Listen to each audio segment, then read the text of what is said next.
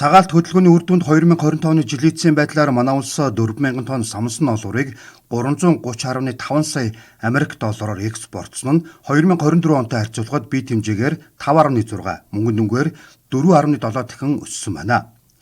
Малын гаралтай төвхийдээ бүрэн ашиглаж өртөг шингэсэн бүтээгдэхүүн болгох дотоодод нэмэн өртөг бүтээх, экспортын чиг баримжаа үйлдвэрлэлийг хөгжүүлэх зорилгоор ноолуурын үйлдвэрлэлийг дэмжих тухай засгийн газрын тогтоол батлагдлаа. Тогтоолоор ноолуурын эерэх үйлдвэр байгуулах хөнгөлөлтөө зээлийн санхүүжилтийг шийдвэрлэх, ноолуурын бүтээгдэхүүнийг экспортод гаргаж байгаа хувийн хөвшилт, экспортын урамшуул олох талаар холбогдох эрх зүйн орчин бүрдүүлэх асуудлыг судалж, засгийн газрын хуралдаанд танилцуулахыг холбогдох албан тушаалтнуудад даалгалаа. Мөн Улаанбаатар хотод тохиромжтой байршилд ноолуурын бүтээгдэхүүн худалдаалах нэгдсэн цэг байгуулах, олон улсын нэр хүндтэй үзэсгэлэн загварын арга хэмжээнд оролцоход дэмжлэг үзүүлж ажиллахаар боллоо.